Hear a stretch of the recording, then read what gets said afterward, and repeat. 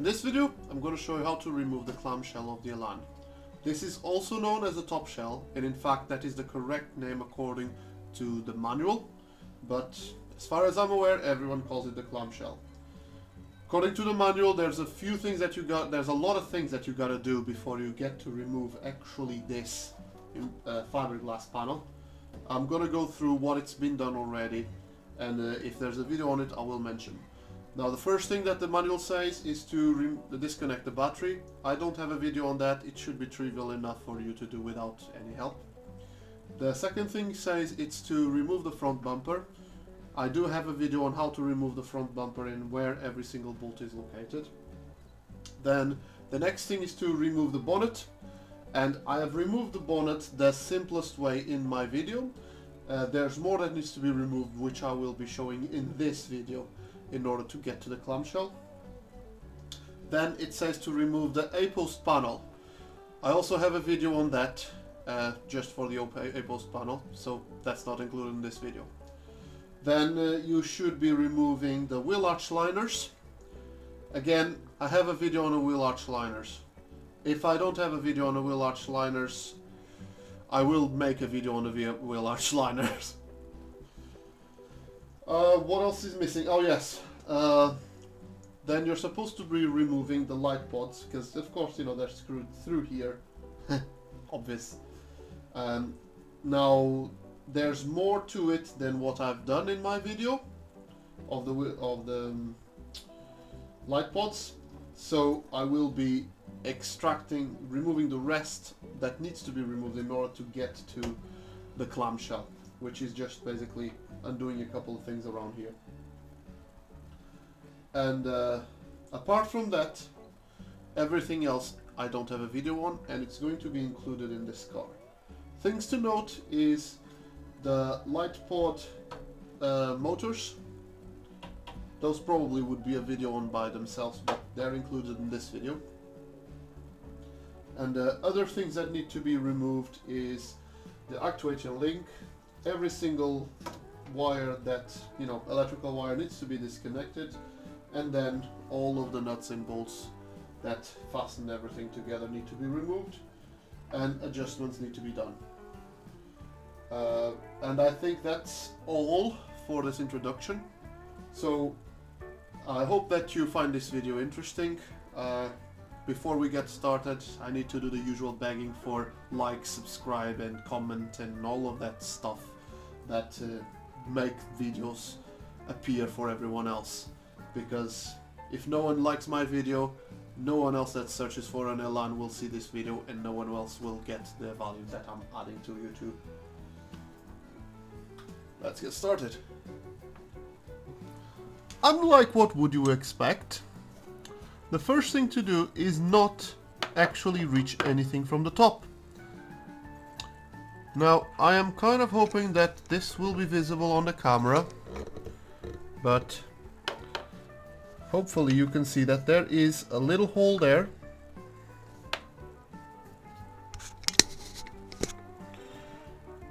A hole there, and there is a bolt there. So what we actually need to do is remove this bolt. And with that bolt, the whole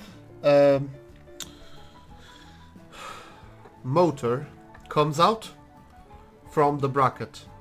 After the motor comes out from the bracket, that's when we can actually reach the bolts that screw through the bracket, through the clamshell into the chassis of the car. So let's get started with that one. Okay, here we are at the side of the car, and I'm just showing you this to give a point of reference of where things are. So this is the clamshell. As you can see, the wheel arch liner kind of sits in here, and the bumper is that way. That is the two bolts that we are looking for. This one, and the other one is behind all of these wires, which I just pull to the side, and hopefully you can now see there. So these are the two bolts that we need to remove. Now these are 8 mils, and you don't have to remove the bumper to reach them. because there's a bit of space from underneath, so if you just remove the wheel arch liner, you can actually get to them. However, if you want to film it, you definitely have to remove the bumper, but it also makes it a lot easier if you remove the bumper. I'm just saying, you don't have to do it, but it comes in handy.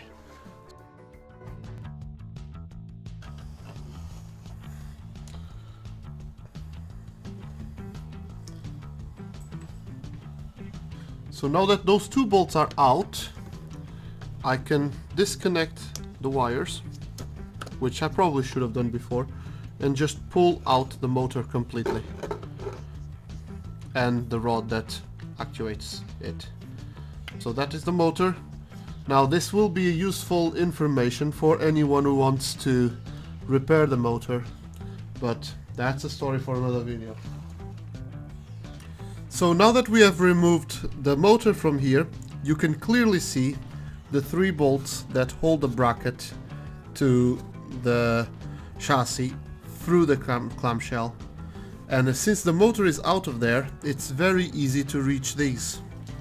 These are just your standard 10mm bolts, which should not be rusty. At least they weren't in my car the first time I removed them.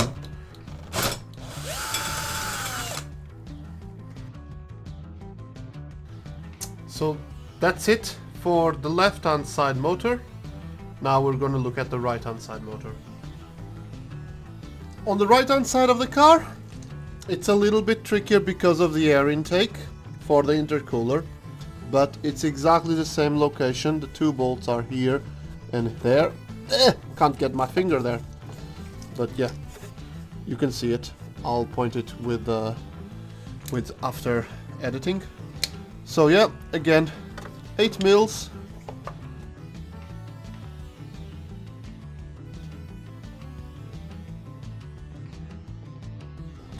Now that those through bolts are removed, I can unplug this, and remember that those slide in, so you have to pull them to slide out, and just a little bit of wiggle, and remember about the rod that is here, so you need to just make sure that as you pull it out you don't catch on anything. But it's so the next thing I'm doing is just to remove the bracket that holds the bonnet, or the hood if you're in America. So yeah, there's 2 wires here that do grounding. One of them broke, the one that connected to the hood backplate, and then there's the one that does the grounding to the bracket itself. I believe these are 13mm, and the socket size confirms they're 13mm.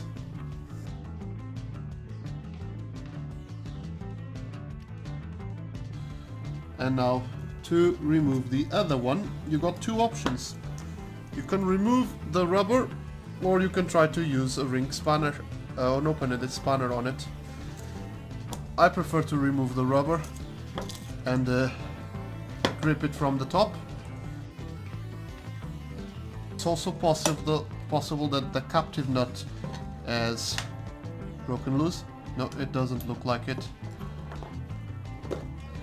Now just make sure you don't lose anything, and if possible actually replace the nut, the bolt. In this case I have a lot of dirt around here, and I have a washer there, or is it...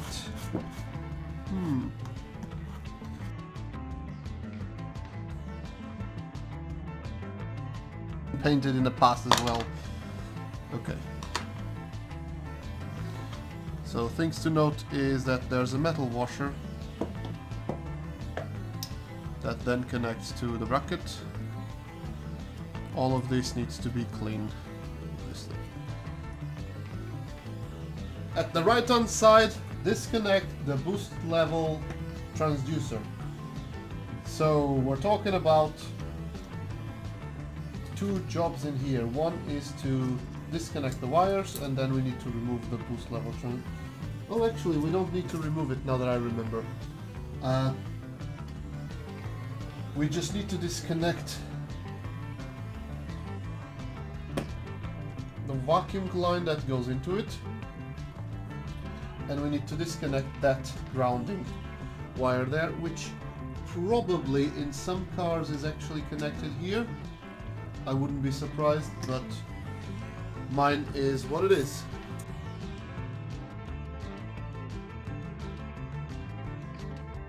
Now, on the left hand side, the manual says to disconnect vacuum hoses, which looks like these two, as you can see. Now, it says to label them and then disconnect them. Now, I prefer to take a different approach to this specific job because I'm lazy. So the first thing I do is just to make sure that I got all my wires loose. And instead of labeling and disconnecting these, what I do is just take the bracket out. And now the next thing I'm doing is just to break loose this wire here. And now just need to pay attention that these are not plugged to anything on my car. This is the headlamp motor connection, and this one here goes further back, and I believe it's the one used on the gearbox, but I actually don't know.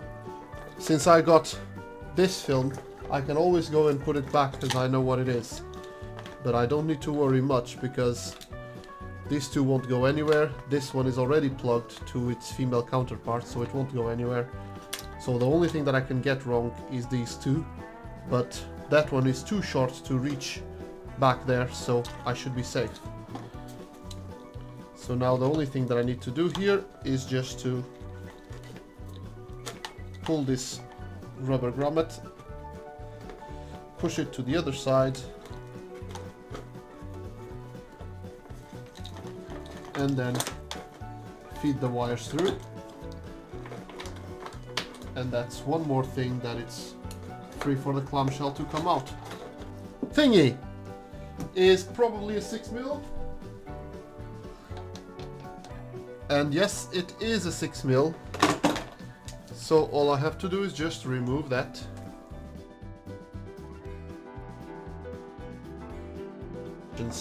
Out of the car. Now you could completely remove the intake hose, or you can just pull it to the side the way I'm doing it.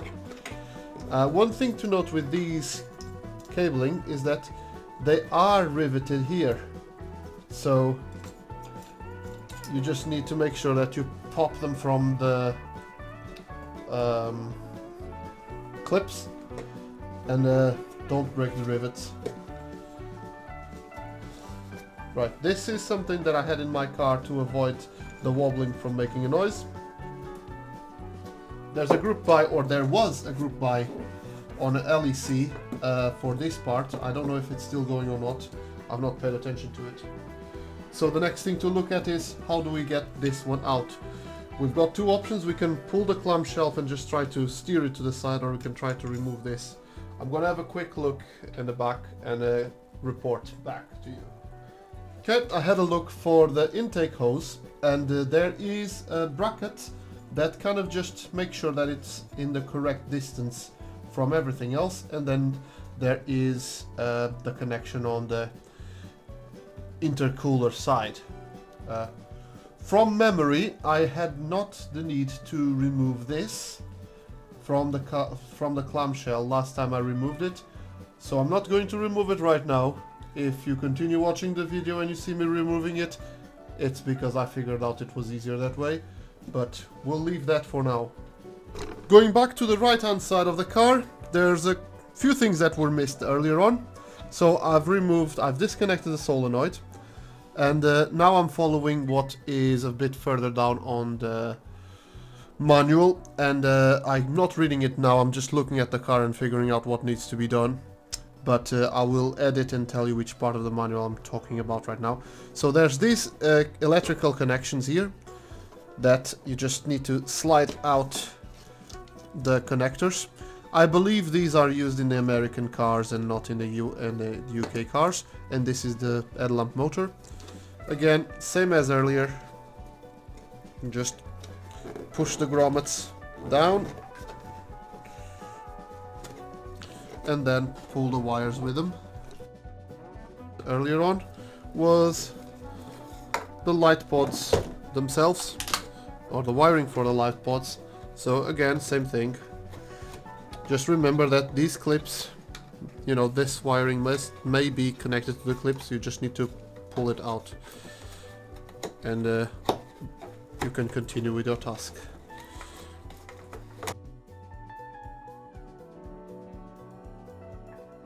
And the next thing that I am going to remove is this bracket. Now, I'm removing the bracket because I'm going to, well, you can hear it. I'm going to grease it up, I'm going to sandblast it. Probably not going to zinc plate it because I just don't have things set up to do it. But yeah, removing the bracket, it's trivial. You will probably make better use of a ratcheting ratcheting ring spanner, because this one here is a bit tricky to reach without one.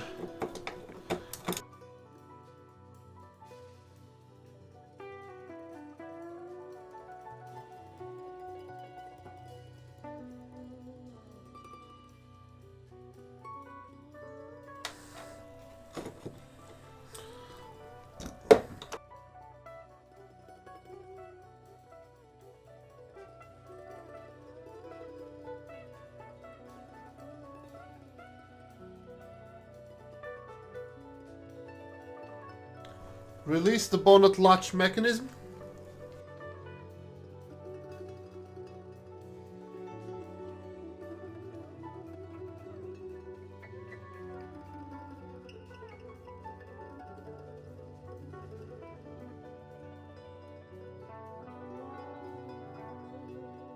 So now I'm going to remove the bolts that fix the clamshell into the chassis, and to keep things simple, I'm just going to say that it's a bit difficult to fully understand what the manual tries to tell you. But the bottom line here is what you will see in this video works for the 1991 car in the UK that I have. It may not work on yours because God knows what they've done in the factory. So, according to the manual, there's a few more bolts than the ones that I'm going to remove, but we will get there later.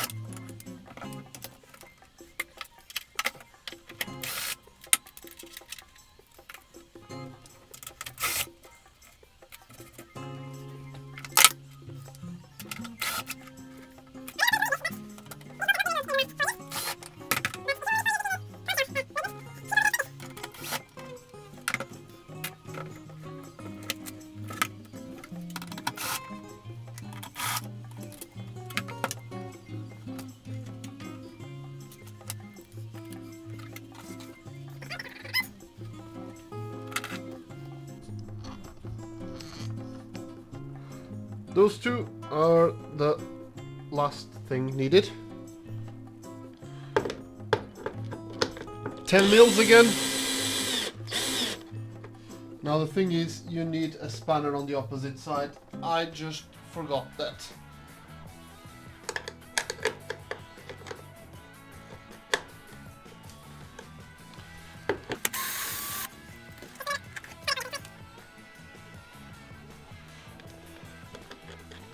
and count your washers. Please count your washers, because I did not count my washers, and I have alignment issues now. If you count your washers, you just put back the same amount that you had, you'll be fine.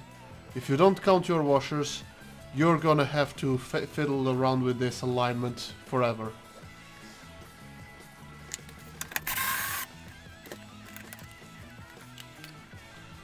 I've removed all the fasteners that I found, so now I'm just going to clear the workspace and attempt to remove the clamshell. If it feels loose, good. If it doesn't feel loose, maybe there's a fastener missing. We will find out in a minute.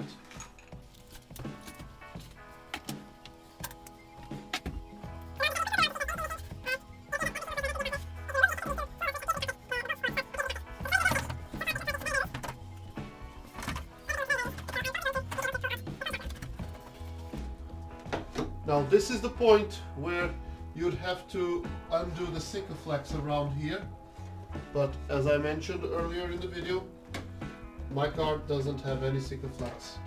I forgot to remove the windscreen washer tubing.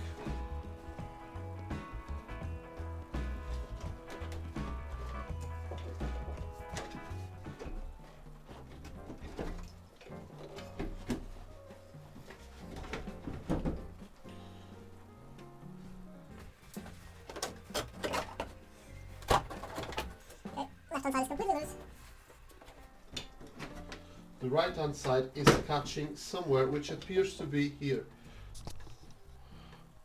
As you can see here, this is the bracket I was referring to earlier. Just undoing it by hand.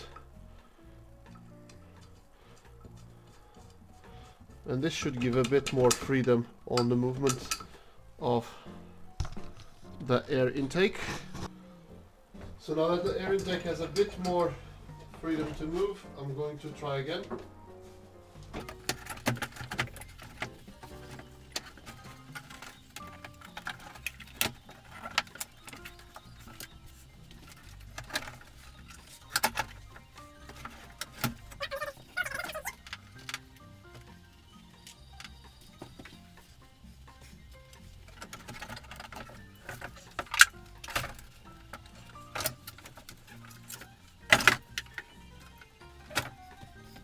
There was one thing missing, which is in this wiring here, the horn plugs.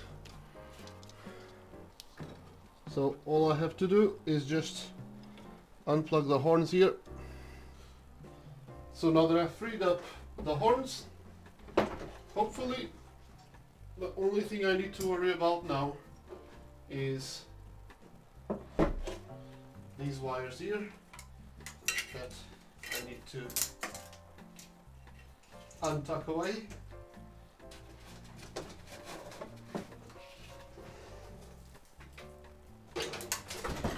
And off goes the clamshell. Well, complete. That's it for this video. The clamshell is out of the car, and as you can see, I've not broken anything, just by a bit of luck, to be honest, because those connectors to the horn were left out. I just missed them. If I read the book, I probably would have picked them up, but not a big deal, no harm done. If you like the content on this video, put the like. If you want to see more in this channel, subscribe. And if there's anything that you want to point out on your car, or if you have a US car and you know what the differences are between removing the clamshell between this and the US car, just leave it in the comments. I will put whatever it's the thing that YouTube allows you to put to raise it to the top of the comments if you got any information that will help others removing the clamshell. And well, the next video I reckon it's going to be doing some work on the back of the car. And see you next time.